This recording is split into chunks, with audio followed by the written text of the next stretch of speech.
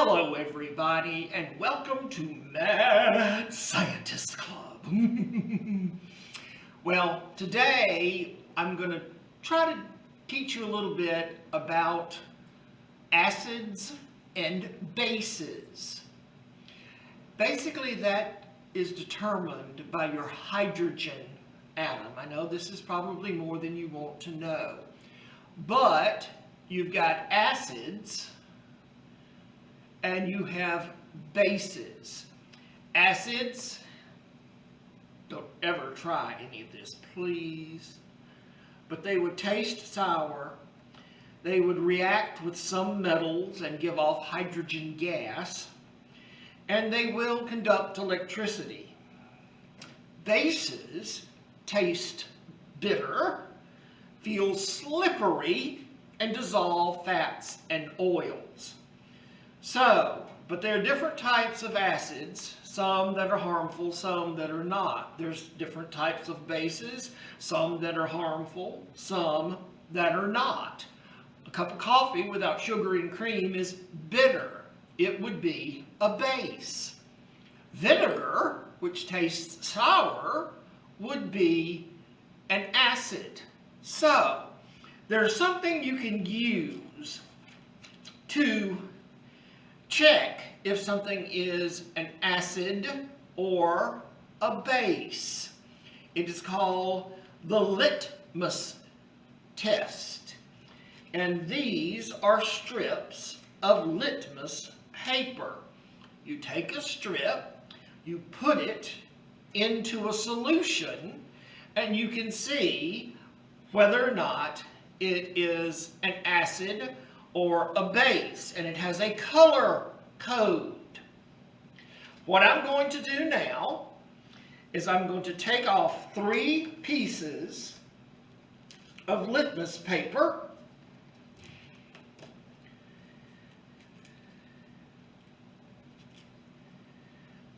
And I'm going to move the camera so that you can see the color change. And we're also going to compare it to the color chart. So let me move the camera. I'm going to zoom it in. Doesn't matter if you see me or not. You'll see my hands. That's enough, I guess. All right. The lighter, we're going to see what colors we get. We're going to see what colors we get, and that will tell us if it is toward this end, it is an acid. If it is toward this end, it is a base. So, let's start in the middle.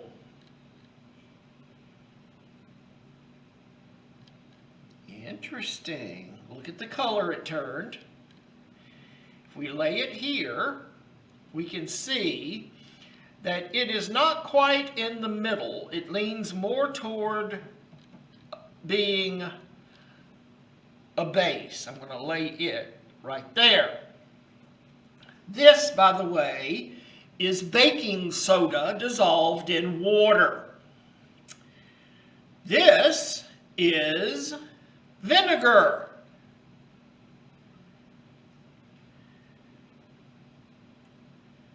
Look at its color, and you can see that it is definitely fits into the acid category. This, which please do not do without your parents' supervision, plus you don't have any litmus paper, even though I could tell you how to make some yourself. But this is a household cleaner. Look at it. That is definitely a base. Vinegar we use in salad dressing. Baking soda we use in cooking. These do not harm you as far as you ingesting them or putting them in your mouth. This one would. So bases you have to be very, very careful about. All right. I'm going to show you a scientific reaction of what happens when you mix a base and an acid. Have you ever noticed that lemons and limes and grapefruit can be sour? Well, that sourness is caused by something called citric acid. So what I'm going to show you is we're going to take a lime in this case. I have cut the bottom to make it sit flat, and now I have cut the top, and also I've mashed it up a little bit. Now I am going to add some food coloring just for the fun of it. And let's see what happens when the baking soda solution is poured on it.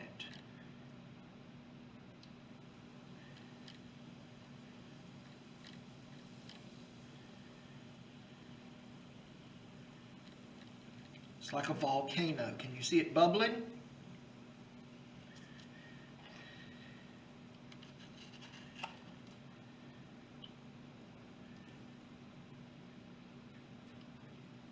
Look at it. This is not an acid. This is in the middle, closer to being a base. So, if you put some of this base into something that is acid, you're going to get a volcano, and it's called a lemon volcano. When you do that, see the bubbles? So you can make your own volcano by using an acid and a partial base. The same thing would happen if I took my vinegar, which is right here, and I put some of my baking soda. Let me wipe off my spoon real quick. I don't want to cross-contaminate. And let's see what happens when I put baking soda in the vinegar.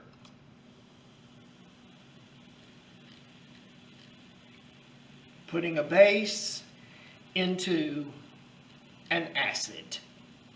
This is called a chemical reaction. It makes it release its hydrogen gas.